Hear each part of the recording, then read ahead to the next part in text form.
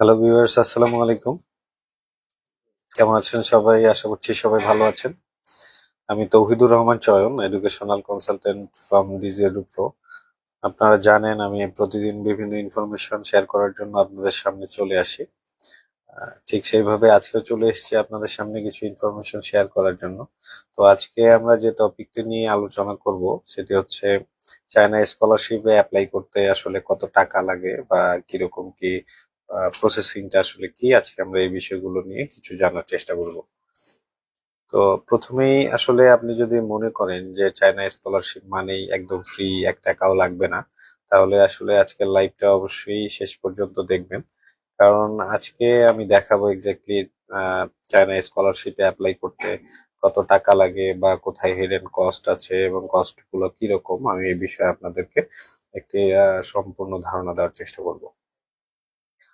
তো প্রথমেই আসলে বলতে হয় যে আজকের টপিকটা যেটা স্কলারশিপে আসলে অ্যাপ্লাই করতে, আমরা তো স্কলারশিপ মানে আসলে ফ্রি বুঝি, যে স্কলারশিপ মানে আমার টাকা কোনো খরচ হবে না বা খরচ হলেও সেটা তুলনামূলক অনেক কম হবে, এ ধরনের বিষয়গুলোই আমরা বুঝি। তো চলুন আলোচনা করি চায়না স্কলারশিপ অ্যাপ্লাই করতে গেলেও আপনার খরচটা কিরকম হতে পারে। তো প্রথমত আপনি যখন স্কলারশিপে চায়নায় যাবেন, এখানে অ্যাপ্লাই করার জন্য প্রথম যে স্টেজটা চলে আসে সেটাই হচ্ছে আসলে অ্যাপ্লিকেশন স্টেজ। কারণ প্রথমে স্কলারশিপে আপনি যখন চায়না যেতে চান, প্রথমে আপনাকে অ্যাপ্লিকেশন করে ইউনিভার্সিটিতে অ্যাডমিশন নিতে হয়। সো ফার্স্টেই চলে আসে অ্যাপ্লিকেশন স্টেজ। এখন অ্যাপ্লিকেশন স্টেজে যে বিষয়গুলো থাকে সেগুলো হচ্ছে কিছু ইউনিভার্সিটিতে যেমন অ্যাপ্লিকেশন করার জন্য এক্সট্রা হচ্ছে অ্যাপ্লিকেশন ফি দিতে হয়, ইউনিভার্সিটি ফি দিতে হয়।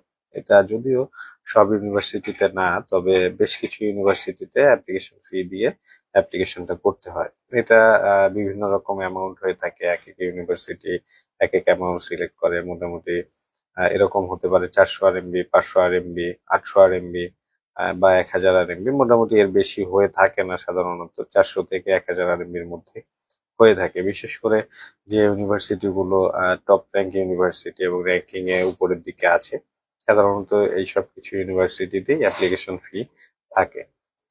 এটা যদি আপনি ডলারে আমি যদি আপনাদেরকে ধারণা দিতে যাই, সেক্ষেত্রে বলতে হয় যে মোটামুটি 50 থেকে 100 USD-র মধ্যেই আপনার অ্যাপ্লিকেশন হয়ে যায়, এর বেশি লাগে না। তাহলে এটা থেকে আমরা আসলে বুঝতে পারলাম যে আপনি যখন স্কলারশিপের জন্য অ্যাপ্লাই করবেন ভালো কিছু র্যাঙ্কিং এর ইউনিভার্সিটিতে, সেখানেও আপনার অ্যাপ্লিকেশন করতে কিছু অ্যামাউন্ট খরচ লাগতে পারে। এটা যে আমার লাগতে পারে বলতে, যেসব ইউনিভার্সিটিতে অ্যাপ্লিকেশন ফি আছে সেটাতে তো অবশ্যই লাগবে। আদার্স ইউনিভার্সিটি আছে যেগুলোতে আসলে লাগে না। এখন চয়েসটা হচ্ছে আপনার উপরে, আপনি কোন ইউনিভার্সিটিতে অ্যাপ্লিকেশন করতে চান, এই বিষয়টা আসলে টোটালি আপনার উপরে। এই জায়গাটা অনেক কনফিউজিং হয়ে যায় অনেক স্টুডেন্টের জন্য, যে আসলে স্কলারশিপে অ্যাপ্লাই করতেছে, আবার অ্যাপ্লিকেশন করার সময় কেন এক্সট্রা চার্জ দিতে হচ্ছে। আসলে আপনাদের বিষয়টা আমি ক্লিয়ার করার জন্য এটা বললাম। এক্সট্রা চার্জ দিতে হয় আসলে কিছু ইউনিভার্সিটিতে অ্যাপ্লিকেশন ফি আছে বিধায় আপনাকে সেটা পে করে অ্যাপ্লিকেশনটা করতে হয়। দেন যেটা যে স্টেজটা আসে সেটা হচ্ছে প্রসেসিং বা কনসালটেন্সি কস্ট। অনেকে নিজে নিজে ফাইল প্রসেসিং করে, স্টুডেন্ট যারা নিজে নিজে অ্যাপ্লাই করতে ইচ্ছুক তারা নিজে নিজে অ্যাপ্লাই করে, এবং যারা বিভিন্ন কনসালটেন্সির মাধ্যমে করে তারা তো কনসালটেন্সির মাধ্যমেই ডকুমেন্টেশন গুলো করে আদার্স প্রসেসিং গুলো করে থাকে। তো যদি আপনি নিজে আহ নিজেও আপনি অ্যাপ্লাই করেন, নিজে করলে হয়তো বা খরচ কম হতে পারে, কিছু হয়তো বা সার্ভিস চার্জটা আপনার খরচ যাবে না, কিন্তু নিজে করলেও আপনার বেসিক কিছু খরচ আছে। যেমন প্রথমেই আমরা বলেছি যে এই খরচের মধ্যে যেমন অ্যাপ্লিকেশন স্টেজও একটা থাকে। তারপর যদি এজেন্সি দিয়ে আপনি করেন, কোনো কনসালটেন্সি দিয়ে করেন, সেক্ষেত্রে একটা কস্ট থাকে আপনার সার্ভিস চার্জ। শুধু এক্ষেত্রে ডিফারেন্সটা কোথায়, যখন একজন স্টুডেন্ট নিজে অ্যাপ্লাই করে তখন তার অ্যাপ্লাই করার সময় কিছু ভুলভ্রান্তি হতে পারে, ডকুমেন্টেশনটা কিভাবে করতে হয় সবসময় তারা অবগত হয় না, যে কোন প্রসেসিং এ আসলে কাজটা করলে আমার কাজটা পারফেক্ট হবে। এগুলো সবকিছু না জেনে অনেক সময় অ্যাপ্লাই করতে গেলে রিজেকশন চলে আসে।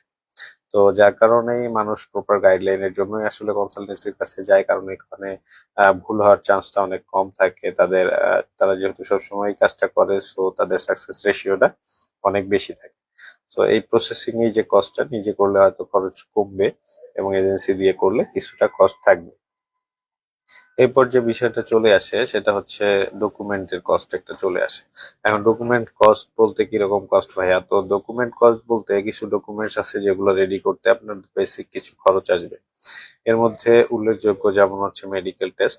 মেডিকেল টেস্ট গুলো করতে আপনার মোটামুটি একটা টাকা খরচ হবে, যেটা হয়তো আমি আপনাদেরকে বাংলাদেশের এক্সাম্পলটাই দিই। বাংলাদেশে যদি চায়নার যে হচ্ছে ফিজিক্যাল এক্সামিনেশন রিপোর্ট সেই অনুযায়ী যদি আমরা টেস্ট গুলো করি, তাহলে বাংলাদেশে মোটামুটি 2 থেকে 3 হাজার টাকায় এটা কমপ্লিট হয়ে যায়। এটা একটা কস্ট যেরকম। দেন আর একটা কস্ট থাকে, সেটা হচ্ছে পুলিশ ক্লিয়ারেন্সের বিষয়। পুলিশ ক্লিয়ারেন্স অ্যাপ্লিকেশন করতেও কিছু অ্যামাউন্টের প্রয়োজন পড়ে। তারপর যখন আপনার ডকুমেন্টস গুলা নোটারি করবেন, অ্যাটেস্ট করবেন, সেই সময় আপনার বেশ কিছু খরচ হতে পারে। তো এগুলো বেসিক নিড। আসলে যারা মনে করেন স্কলারশিপে গেলে কোনো খরচ হবে না, আসলে আপনার ডকুমেন্টেশন থেকেই আপনার কিছু খরচ শুরু হয়ে যাবে। ডকুমেন্টস গুলো রেডি করতেই আপনার কিছু খরচ হবে। বলা যায় যে এগুলো মিলিয়ে আপনার ডিসেন্ট একটা কস্ট চলে আসে। এরপর যে কষ্টের বিষয়টা আসে সেটা হচ্ছে আইএলটিএস বা উইদাউট আইএলটিএস এর যে বিষয়টা। যদিও সব ইউনিভার্সিটিতে আইএলটিএস লাগে না, তবে কিছু কিছু টপ র্যাঙ্ক ইউনিভার্সিটিতে আইএলটিএস প্রয়োজন পড়ে আপনার স্কলারশিপ, মানে ভালো একটা স্কলারশিপ পাওয়ার জন্য এবং আপনার এডমিশন রেশিওটা, চান্সটা বাড়িয়ে দেওয়ার জন্য। তো যদিও এটা ম্যান্ডেটরি না, এমওআই দিয়েও আপনারা অ্যাপ্লিকেশন করতে পারবেন, তবে যাদের স্কলারশিপ ফুল ফান্ডেড এবং প্লাস স্টাইপেন্ড আদার্স ফ্যাসিলিটির জন্য যারা ট্রাই করেন, তাদের ক্ষেত্রে একটা ইংলিশ প্রফিসিয়েন্সি থাকা অ্যাডভান্টেজ হিসেবে কাজ করে এবং এটা তাদের অ্যাডমিশন এবং স্কলারশিপে তাকে একটা সুবিধাজনক অবস্থানে নিয়ে যায়। সো আর যদি আপনারা আইএলটিএস করেন বা ইংলিশ প্রফিসিয়েন্সি টেস্ট কোনো কিছু এক্সাম দিতে যান, সেক্ষেত্রে আপনার যেরকম একটা খরচ চলে আসতে পারে। এরপর যে খরচটা আসে সেটা হচ্ছে এয়ার টিকেট।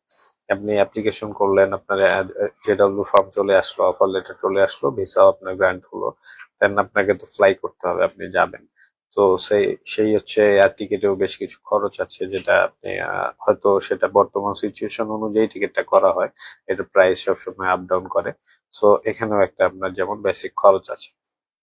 তো আমরা মোটামুটি বেশ কিছু খরচ দেখলাম, যেরকম হচ্ছে যেটা আমরা অ্যাপ্লিকেশন করতে গেলে চায়না হায়ার এডুকেশনের জন্য আমাদের এই খরচগুলো হবে। সেটা আপনি যদি ফুল ফান্ড স্কলারশিপেরও ট্রাই করেন না কেন, আপনার এই বেসিক খরচগুলো হবেই। তো আমরা কোন কোন স্টেজে খরচ দেখলাম, যেমন হচ্ছে অ্যাপ্লিকেশন স্টেজে আমরা খরচ দেখলাম, ডকুমেন্টেশনের কিছু কস্ট আছে, আপনি যদি ইংলিশ প্রফিসিয়েন্সি প্রুভ করতে চান সেক্ষেত্রে আপনার কিছু খরচ আছে, এবং ফাইনালি এয়ার টিকিটের খরচ তো আছেই।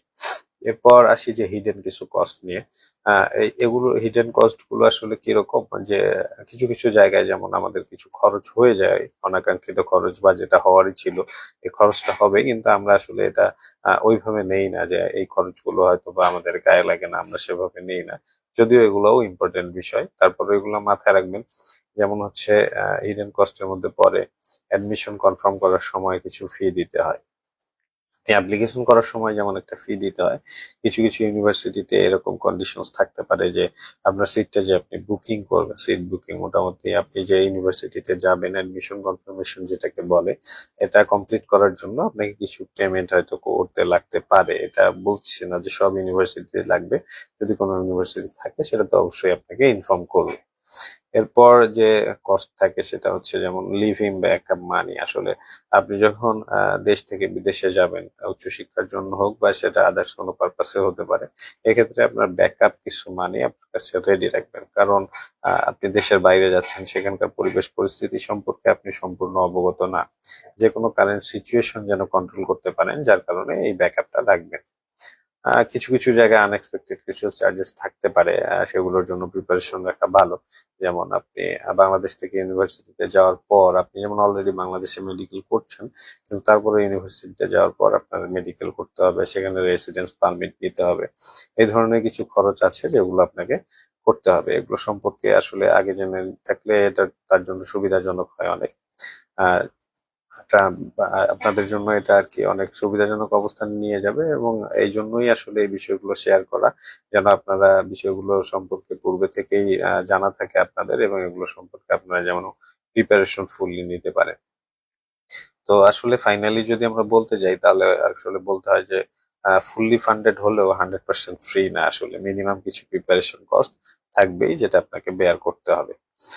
এখন আপনি যদি চায়না স্কলারশিপ নিতে চান বা চায়না স্কলারশিপের জন্য আগ্রহী হয়ে থাকেন, তাহলে কমেন্ট বক্সে কমেন্ট করতে পারেন চায়না লিখে, অথবা ইনবক্স করতে পারেন কস্ট লিখে। তাহলে আমাদের অভিজ্ঞ কনসালটেন্টরা আপনাদেরকে সঠিক ইনফরমেশন গুলো শেয়ার করবে, এবং সেই সাথে আমিও পার্সোনালি গাইডলাইন দেওয়ার চেষ্টা করব।